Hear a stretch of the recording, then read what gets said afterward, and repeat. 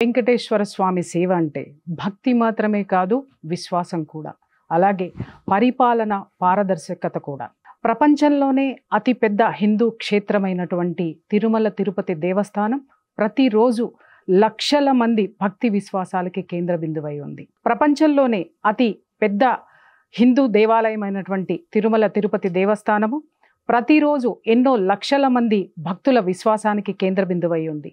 అటువంటి పుణ్యక్షేత్రంలో టీటీడీ చైర్మన్గా ఉన్నటువంటి బిఆర్ నాయుడు గారు ఆ భక్తుల విశ్వాసాన్ని కాపాడుతూ, అలాగే పారదర్శకతను పాటిస్తూ, సనాతన ధర్మ విస్తరణకు ఎంతో కృషి చేస్తున్నటువంటి వారు ఈరోజు మన ముందు ఉన్నారు. వారితోటి మాట్లాడడం నిజంగా నా చాలా అదృష్టం కూడా. వారిని అడిగి ఎన్నో విషయాలు వారితో మాట్లాడిన తర్వాత వారితోటి ఇంటర్వ్యూ తీసుకొని ఇవన్నీ జనాలకి చెప్పాలి అనిపించింది. వారి నుంచి చాలా విషయాలు మన హిందూ బంధువులందరూ తెలుసుకోవాలి. సార్ నమస్తే. ఓం నమో వెంకటేశ్వర.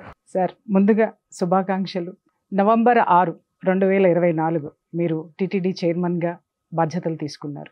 ఈ సంవత్సర కాలంలో మీరు తిరుమల తిరుపతి దేవస్థానాన్ని భక్తుల విశ్వాసానికి ప్రతీకగా నిలబెట్టడానికి ఎన్నో నిర్ణయాలు తీసుకొని ఆ నిర్ణయాలను అమలు చేయడంలో చాలా సక్సెస్ అయ్యారు. ముందుగా అభినందించాల్సింది గిరిజనులు ఎవరైతే ఉన్నారో, దళితులు ఎవరైతే ఉన్నారో వారి వద్దకు దేవాలయాలు అనేటటువంటి కాన్సెప్ట్, ఇది నిజంగా జనాల్లో ముఖ్యంగా దళిత వాడల్లో అద్భుతమైనటువంటి స్థితిని, వాళ్ళ యొక్క ఆనందానికి గురి చేసినటువంటి సంఘటన. ఈ నిర్ణయం తీసుకున్నప్పుడు చాలా విమర్శలు కూడా సెక్యులరిస్టులు మీ మీద చేశారు. ఈ నిర్ణయం తీసుకోవడం వెనక ఉన్నటువంటి ఇది చెప్పండి. ఈ నిర్ణయాలు ఏదైతే తీసుకున్నామో, నేను నిర్ణయాలు తీసుకునే ముందు మన ప్రియతమ ముఖ్యమంత్రి నారా చంద్రబాబు నాయుడు గారిని దగ్గరికి వెళ్ళి ఆయనతో కూలంకషంగా చర్చించి సాధ్యాసాధ్యాలన్నీ కూడా బేరీ చేసుకొని వారి అనుమతితోనే మేము ముందుకెళ్తాం. సో వారు మనకు తెలిసింది గోరంతా, ఆయన తెలిసింది కొండంత. వాస్తవం. ఆయన డెప్త్కి వెళ్తారు సబ్జెక్టులు. దీనివల్ల ఏంటి, ప్రజలకు ఎంతవరకు ఉపయోగపడుతుంది అనేది మనకన్నా 10 రెట్లు ఆయన ఆలోచన ఎక్కువ ఉంటుంది. కాబట్టి ఆయన ఏం చెప్తే మేము అది చేస్తాం. సో ఆయన అడుగు జాడలు నడటమే మా పని. ఎందుకంటే అత్యంత ముఖ్యమైన భక్తులు ఎవరన్నా ఉన్నారంటే మొట్టమొదటి చంద్రబాబు నాయుడు గారు, వెంకటేశ్వర స్వామి. నాకు తెలిసి ఆయనకన్నా భక్తులు ఎవరు ఉండరేమో అని అనిపించింది. కానీ మీరు చెప్తుంటే కొత్త విషయం విన్నట్టు అనిపిస్తుంది సార్. ఎందుకనంటే ఆయన చాలా వరకు కూడా పబ్లిక్ అడ్మినిస్ట్రేషన్ మీద ఎక్కువ కాన్సన్ట్రేషన్ మనం చూసాం. ఎందుకనంటే ఇక్కడి నుంచి ఢిల్లీ వరకు కూడా సార్కు ఉన్నటువంటి పేరు ఏంటనేది కూడా తెలుసు. అసలు వారి పేరు చెప్పగానే ఈజ్ ఎ గుడ్ అడ్మినిస్ట్రేటర్ అంటారు ఫస్ట్. కానీ ఆయనలో దైవత్వం ఎంత ఉంది అని మీరు వచ్చిన తర్వాత మేము వింటున్నాం. ఎందుకంటే ఆయన అక్కడ పుట్టి పెరిగినాడు, తిరుపతిలో. వాళ్ళ ఊరు నుంచి కాలినడకన తిరుమలకి వెళ్ళిన సందర్భాలు చాలా ఉన్నాయి. చిన్నప్పుడు మేము కూడా కాలినడకనే పోయేవాళ్ళం తిరుమలకి. సో ఆయనంత కాకపోయినా నేను కూడా కనీసం 2-3 నెలలకు ఒకసారి తిరుమలకి వెళ్ళాం. మాకు చిన్నప్పటి నుంచి కొండకు పోయి వచ్చినామంటాం. ఇప్పుడు ఇక్కడ ఉండే పబ్లిక్ తెలియకపోవచ్చు, కొండ అంటే తిరుమల. సో కొండకు పోయి వచ్చినాము, అక్కడ లడ్డు ప్రసాదం తీసుకొచ్చి 10 మందికి పంచి దాంట్లో ఆనందం వేరే ఉంటుంది.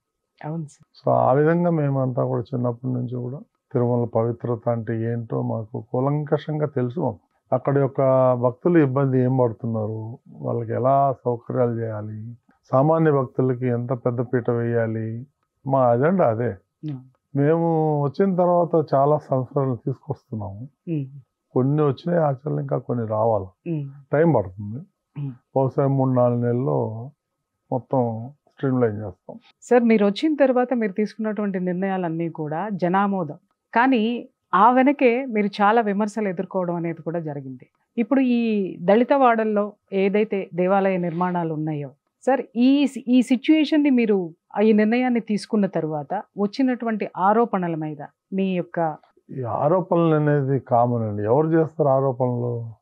అంటే ఇప్పుడు ఒక విషయం సార్, యాక్చువల్గా ఇక్కడ నా వాదన కూడా ఏంటి అని అంటే, ఎప్పుడైతే దళిత వాడల్లో ఇన్ని వేల దేవాలయాలు నిర్మిస్తాము అనగానే సోకాల్డ్ ఒక అన్యమతానికి సంబంధించినటువంటి పెద్దలందరి గొంతుకలు కూడా సెక్యులరిజం కింద విప్పడం అనేది జరిగింది.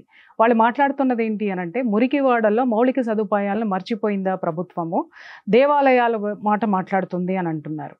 కానీ అదే మురికి వాడల్లో ఇతర మతాలకి సంబంధించినటువంటి చర్చిలు ఉన్నాయి, వాటికి ఎప్పుడూ కూడా అభ్యంతరం చెప్పాల. ఆ చర్చిలో అక్కడ ఏ విధమైనటువంటి మౌలిక సదుపాయాలు ఇస్తున్నది అనే దాని మీద ఎవరికీ కూడా క్లారిటీ లేదు. ఎవరికి ప్రభుత్వానికి ఇంతవరకు కూడా వాళ్ళు కూడా ఏది ఇచ్చింది లేదు. కానీ ఎందుకు హిందువులు అనేసరికి హిందూ దేవతలు దేవుళ్ళకి సంబంధించినటువంటి విషయం రాగానే వెంటనే వీళ్ళందరికీ కూడా మనిషి ఆ మౌలిక సదుపాయాలు, దేవస్థానం యొక్క సొమ్ము ఏదైతే ఉందో అది మొత్తం కూడా జనానికి సంబంధించిందే. ఎక్కడ దేవుళ్ళకి సంబంధించి హిందూ దేవుళ్ళకి దేవాలయాలకి సంబంధించి దాన్ని విస్తరించడానికి వచ్చినప్పుడల్లా కూడా వీళ్ళు ఖండించడం కానీ వీళ్ళు రోడ్డు మీదకి రావడం అనేటటువంటిది కానీ జరుగుతుంది.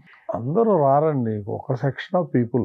నేను ఆ సెక్షన్ ఆఫ్ పీపుల్ కి మీ కౌంటర్ అడుగుతున్నాను. ఏంటంటే నెగ్లిజిబుల్, వాళ్ళు కౌంటబుల్ కాదండి. వాళ్ళు ఇప్పుడు ఒక విలేజ్ ఉంది, ఆ విలేజ్ లో చర్చ్ కట్టుకుంటారు, ఎవరికేం అబ్జెక్షన్ లేదు. ఎగ్జాక్ట్లీ టెంపుల్ కడితే ఎందుకు అబ్జెక్షన్? అంటే అవసరం లేదు కదా. అవును, మీరు అన్నారు మౌలిక సదుపాయాలు లేవు అని, అది ప్రభుత్వం చూసుకుంటుంది. ప్రభుత్వంతో టీటీడీకి సంబంధం లేదు.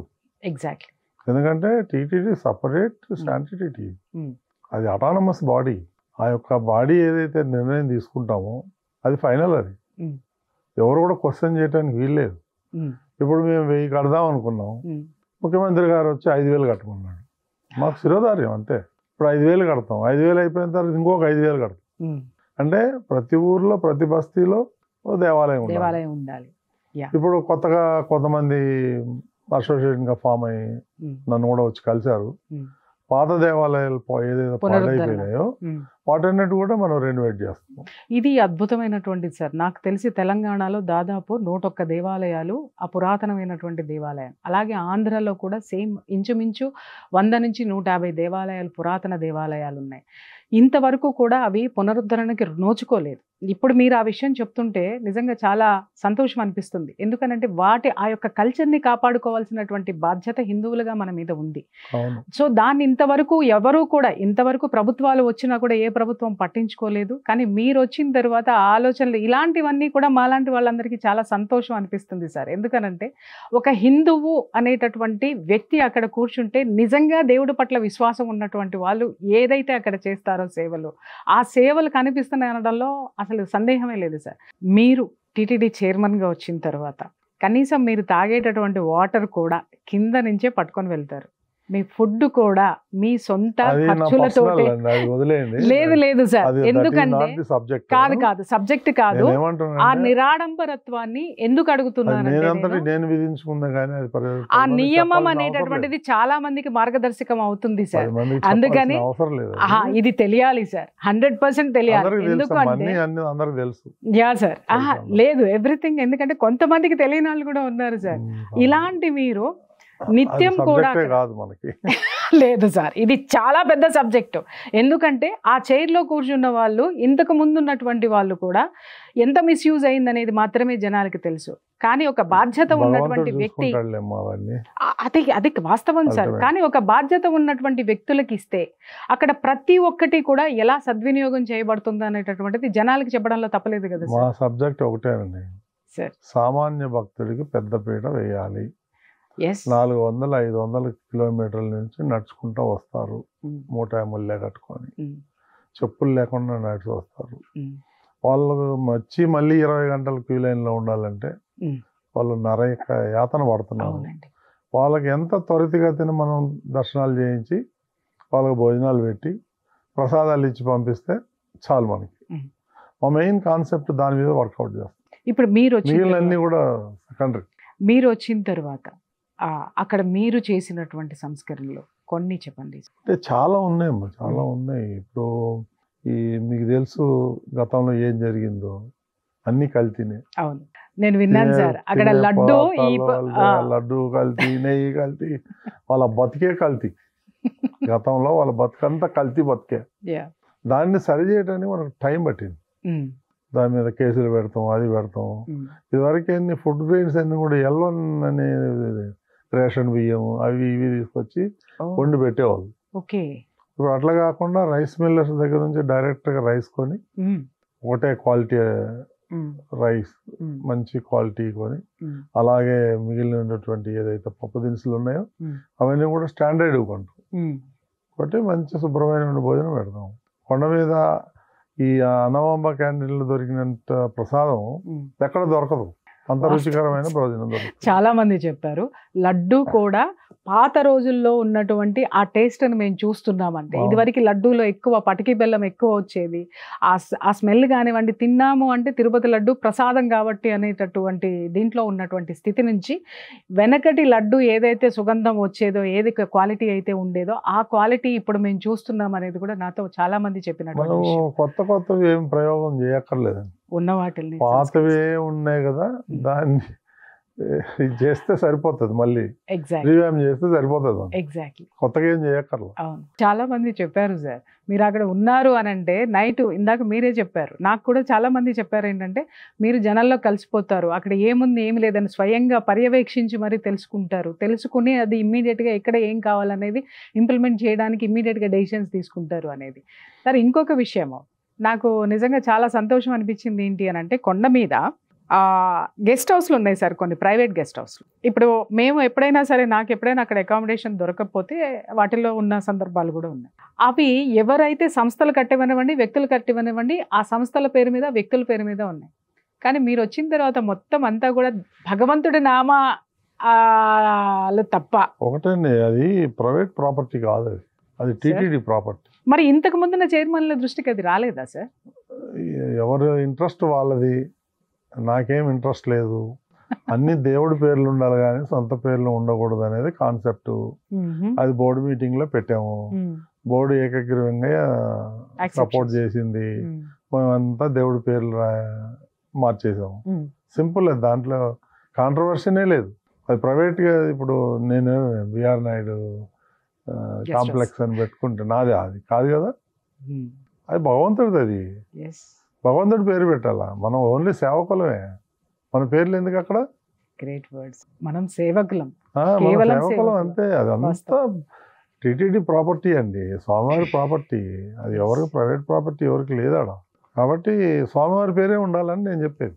ఇంకొక ముఖ్యమైనటువంటిది సార్, అక్కడ అన్య మతస్థులు ఎవరైతే ఉన్నారో వాళ్ళు హిందువుల ముసుగులో ఇక్కడ ఉద్యోగం సంపాదించినటువంటి ఎంప్లాయీస్ చాలా మంది ఉన్నారు. వాళ్ళ వల్ల ఎంత పొల్యూట్ అయింది అనేటటువంటిది ఇంతకుముందు మేము చూసాం. వైఎస్ రాజశేఖర రెడ్డి గవర్నమెంట్ లో 2004లో చాలా మంది రిక్రూట్ అయ్యారండి. అవును సార్, వాళ్ళ ఇంట్రెస్ట్ వాళ్ళది. నేను గతంలో కూడా చెప్పాను, పేరు వెంకటేశ్వరరావు అని ఉంటుంది, వాడి కింద చర్చ్ మెయింటైన్ చేస్తాడు. ఆ విధంగా అయ్యారు. ఇప్పుడు మేము వాళ్ళని ఐడెంటిఫై చేసి కొండ మీద నుంచి కిందికి పంపించేసాం మొత్తం.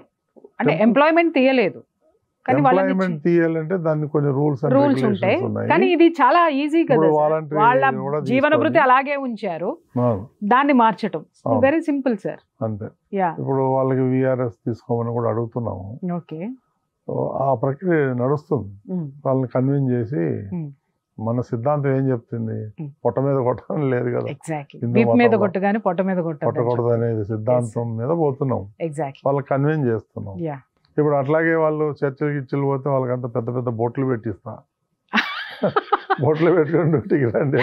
అవును, ఇది కూడా విన్నాను సార్, మొత్తం అందరికి నామాలే నియమం పెట్టారు. నామం పెట్టకపోతే పొమ్మంటాం కింద. ఎగ్జాక్ట్లీ, అది హిందూ టెంపుల్ అండి, అది హిందువులదేనండి, అది వేరే వాళ్ళు ఉంటానికి వీలు లేదు. మన మాన్యువల్లో ఉంది, టీటీడీ మాన్యువల్లో. సార్ విషయం ఏంటంటే, ఇక్కడ హిందూ మతానికి వచ్చేసరికి మన హిందుత్వానికి సంబంధించినటువంటి మాన్యువల్స్ సెక్యులర్లకు అవసరం లేదు సార్. అదే మనం అన్య మతాల గురించి ఏదన్నా మాట్లాడినా అంటే మనకు మాట్లాడాల్సిన అవసరం లేదు. మన జోలికి వచ్చినప్పుడు మనం ఏదైనా కౌంటర్లు ఇవ్వడం మొదలు పెడితే అక్కడ మాన్యువల్ అనేది అప్లై చేస్తారు. దీన్ని కోఆర్డినేట్ చేయడం అనేటటువంటిది మీకు ఎలా సాధ్యమైంది, నాకు అది ఫస్ట్ చెప్పండి. ఎందుకంటే ఇంతకు ముందంతా వివాదాలే జరిగినాయి, మీరు సింపుల్ గా చెప్తున్నారు వాళ్ళందరినీ కొండదించేసామనేసి. అది అసలు నిజంగా ఎంత ప్లెయిన్ ట్రాన్స్ఫర్మేషన్ సార్ ఇది. ఇప్పుడు ఒకటేనండి, టీటీడీకి ఆదాయం ఎక్కడి నుంచి వస్తుంది? భక్తులు వచ్చి ఉండీలు వేసే డబ్బులు. ఉండీలు ఎందుకు వేస్తారు డబ్బులు? వాళ్ళ కోరికలు, వాళ్ళ యొక్క కానుకలు, దేవుడికి ఇచ్చే కానుకలు సద్వినియోగం చేయాలా? అన్ని మతస్థులను పెంచి పోషించడానికి వాళ్ళు వేసేది కాదు కదా, సింపుల్. ఇక్కడ విషయము నాకు ఇదే విభేదం అనిపిస్తుంది సార్. ఏంటంటే వాళ్ళు హిందువుల గుడల్లోకి వెళ్ళొద్దు, విగ్రహారాధన చేయొద్దు, వాళ్ళ ప్రసాదాలు ముట్టుకోవద్దు, కానీ హిందూ దేవాలయాల్లో పని కావాలి, అక్కడ డబ్బు మాత్రం కావాలి. మిగిలిన దానికి ఉన్నటువంటి అంటూ డబ్బుకి ఉద్యోగానికి లేదు సార్. ఇక్కడ చూడండి ఎంత ప్రాక్టికల్ థింకింగ్ లో వాళ్ళు ఉన్నారు, మనం ఎంత భ్రమల్లో ఉన్నాం. పోనీలే అంటే కర్మ సిద్ధాంతాన్ని మనం అవలంబిస్తూ వాడు బ్రతుకుతాడు. ఇందాక మీరు ఒక మంచి మాట అన్నారు, కడుపు మీద కొట్టొద్దు, వీపు మీద కొట్టమని మన ధర్మంలో ఉంది అని. మన ధర్మం ప్రకారం మనం వాళ్ళకి వెసులుబాటు ఇస్తే, కానీ మనల్నే తోసేసి అక్కడ కూర్చుని దౌర్జన్యం చేసేటటువంటి మీ ద్వారా అర్థమైంది సార్. అందుకే భగవంతుడు మిమ్మల్ని ఆ రూపంలో కూర్చోబెట్టాడని నేను కనీసం కొన్ని వందల సార్లు అని ఉంటాను. మతస్థులకు వ్యతిరేకం కాదు, వాస్తవం, క్లియర్. ఓకే, కానీ మన హిందూ దేవాలయాల్లో హిందువులే పనిచేయాలి అనేది ఒక సింపుల్ కాన్సెప్ట్. మనం ఏం పోయి వాళ్ళ చర్చిల్లోనో మసీదులోనో ఉద్యోగాలు అడగట్లేదు, చేయు మనం. వాస్తవం. అంతేగాని వాళ్ళంటే ద్వేషము అదేమి లేదు. నాకు చాలా మంది ఫ్రెండ్స్ ఉన్నారు దాంట్లో, రోజు కలుసుకుంటాం. కానీ అది వేరు, ఇది వేరు. మన జీవన విధానం, మన కట్టుబాట్లు, మన ఇది వేరు, నియమావళి వాళ్ళు వేరు, క్వైట్ డిఫరెంట్. అది చెక్కు చెదరకుండా కాపాడండి. ఎవరో ఏదో మాట్లాడతారు, దాన్ని మనం కేర్ చేయాల్సిన పని లేదు. నన్ను అడిగితే మనం ఏమైతే చేయాలనుకుంటామో అది చేస్తూ పోవటమే, అంతే. ఇక్కడ అందరికీ తెలియాల్సినటువంటి విషయం ఏంటంటే, టీటీడీ బోర్డు చైర్మన్ అంటే ఏంటి అని అంటే, ఒక భక్తితో అక్కడ విశ్వాసపాత్రుడుగా ఉండడం మాత్రమే కాదు, అక్కడ ఉన్నటువంటి ధర్మాన్ని కాపాడటం, అక్కడ ఉన్నటువంటి సనాతన ధర్మం యొక్క ప్రచారాన్ని, అలాగే దాని యొక్క విలువల్ని కాపాడడం అనేటటువంటి చాలా పెద్ద బాధ్యత. ఇది ఇంతకు ముందు మనము చాలామంది వచ్చారు, ఆయారాం గయారాంలే చాలామందిని చూసాం. కానీ ఇక్కడ జనాలందరికీ, నేను హిందువులందరికీ, హిందూ బంధువులందరికీ చెప్పాల్సింది ఏంటి అని అంటే, ఒక వ్యక్తి ఒక శక్తి దగ్గర చేస్తున్నటువంటి సేవలు ఏవైతే ఉన్నాయో వాటిని మనం కూడా గమనించి మన హిందూ ధర్మాన్ని పటిష్టం చేసుకోవడానికి, మనం ముందుకెళ్ళడానికి ఇలాంటి వాళ్ళని మనం ఐకాన్లుగా తీసుకోవాలి. ఖచ్చితంగా మనం తెలుసుకోవాలి. ఎంతసేపు మనం పక్కవాడు ఏం చెప్తాడో వింటాడో అనేది కాదు, మనకి మనం ఎంత గమనిస్తున్నామో. ఎందుకంటే మనకు ఒక దిశ నిర్దేశం చేసే వాళ్ళు లేరు ఇంతవరకు కూడా. సో ఇప్పుడు భగవంతుడు ఇగో ఇలాంటి వ్యక్తుల రూపంలో మనకి ఎలా చెయ్యాలి, ధర్మాన్ని ఎలా ముందుకు తీసుకెళ్ళాలి అనేటటువంటిది నిలవెత్తు సాక్ష్యాలు చూపిస్తున్నప్పుడు ఖచ్చితంగా మనం వారిని అనుసరించాల్సిందే.